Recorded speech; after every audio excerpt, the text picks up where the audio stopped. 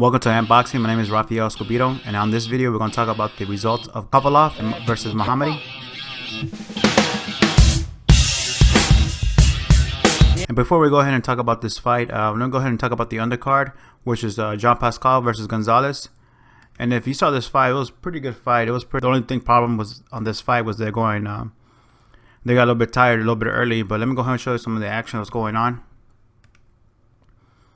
There's a lot of back and forth going on. You can see Gonzales, the bigger guy, actually taller than Jean Pascal. That was the end of the fourth, and then we get into the sixth. There's some action going on there. Pascal had his moments where he came back, but Gonzales is always there to meet him and go toe to toe and meet up to his punches. He just kept on pushing the pressure on him. Gonzales didn't think he had a chance. Jean Pascal, one of the better of the light heavyweight fighters in the division, went ahead and surprised me that Gonzales did pretty good actually to win the fight, but when it came to the end of the fight, and being that Jean Pascal won, and all the judges 96-94. And I think two of the judges, they were talking about how they were on some fights already that were controversial, like Herrera and Benavides and some other ones. I can't remember exactly, but it's come to show, even though a lot of things that need change in boxing, and judges is one of the main ones for it to be any controversial. They already have problems scoring the rounds, some of the fights wrong, and a lot of people, a lot of writers saying that they score it wrong. I don't know why they keep on having them big fights.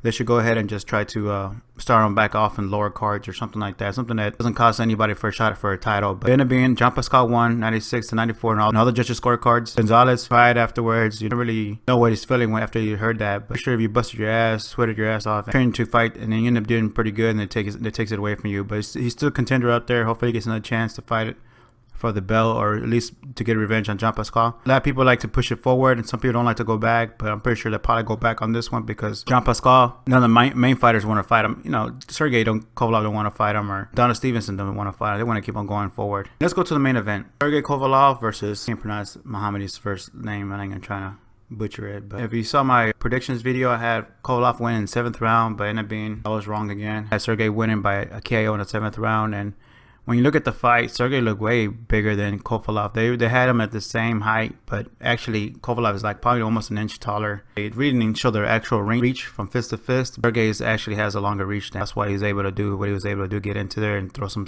straight punches, jabs, right hands. And let me go ahead and show you some of the clips of that. And when you see Kovalev just throwing that jab, throwing that right hand, he always got there, hurt everybody, and all the fighters just fight in Hopkins.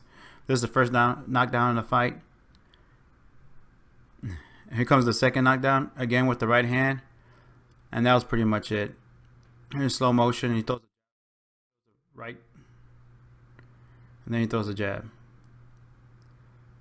On the other direction, you can even see that left going after the right hand. This comes to show, just because you beat everybody in France and Europe doesn't mean you come to over here the big leagues in the Western Hemisphere you're going to do any kind of damage. But at the same time, he didn't fight nobody over there in the Europe to make a name for himself, but he did had a win streak. He did fight everybody in front of him, so that's why he had a shot at the title. He was a mandatory for this title. One of the big things that was going on around here, really wasn't that much a big deal, but Abel Sanchez was also a trainer of Triple G. He used to train Sergey.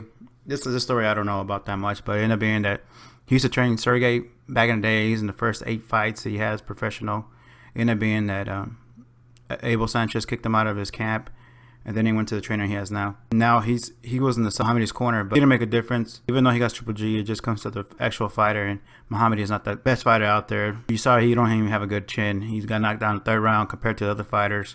He's not up to par to these guys. So now, hopefully Kovalev is able to get his chance to fight Adonis Stevenson. I saw it on the Instagram that Adonis Stevenson was actually calling out Sergey Kovalev, saying that go ahead and fight. But supposedly that always been back and forth, and Adonis Stevenson never wants to fight. If not, they're also talking about Kovalev versus Ward. I don't know how much that could be made or is possible. I think that many fighters that Kovalev needs to fight, just Adonis Stevenson. If Andre Ward wants to come up, go ahead and fight. That's good.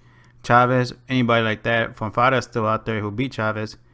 And I'm pretty sure there's still other light heavyweights out there, but not as big name as Adonis Stevenson or Andre Ward or Julio Chavez Jr. A lot of fights has been coming through, putting together, like Triple G and Devin Lemieux, Canelo and Cotto. All these fights are coming through. Fight is coming before that is the Mayweather and Berto, and it still hasn't been finalized. BJ Flores also fought debut Shomanov, and I saw some of the fight was actually kind of boring. I didn't care for it that much. But after watching Gonzales Pasquale fight and Kovalev fight, you wouldn't see a knockdown. But Shomanov was basically boxing BJ Flores, going in and out. BJ Flores was kind of just walking him down and not really throwing no punches. Ended being that Shomanov won the fight. Some people might disagree. Shomanov was doing the more of the work of the fight, and BJ Flores was just trying to just get a punch. Even if he did land a good amount of punches on him. I really don't like the way they show the amount of punches they thrown for the whole fight. They should show it per round. That's what really counts, and that's what the scorecards go by. But they don't do that, so they just try and make it hard for people to understand without going into the details. But that's pretty much it for this video. I'm gonna go ahead and talk in the next video. We got a lot of things to talk about, especially with the Triple G fight and David Lemieux. So go ahead and check out my next video coming out later on this week. Be sure to check out my video on the top 5 fighters I have right now as pound for pound as of June 2015. Go ahead and check it out. I'll leave you that link in the description below. And thank you for Man Boxing. If you want to leave any comments for discuss, go ahead and do that. Please like and please subscribe.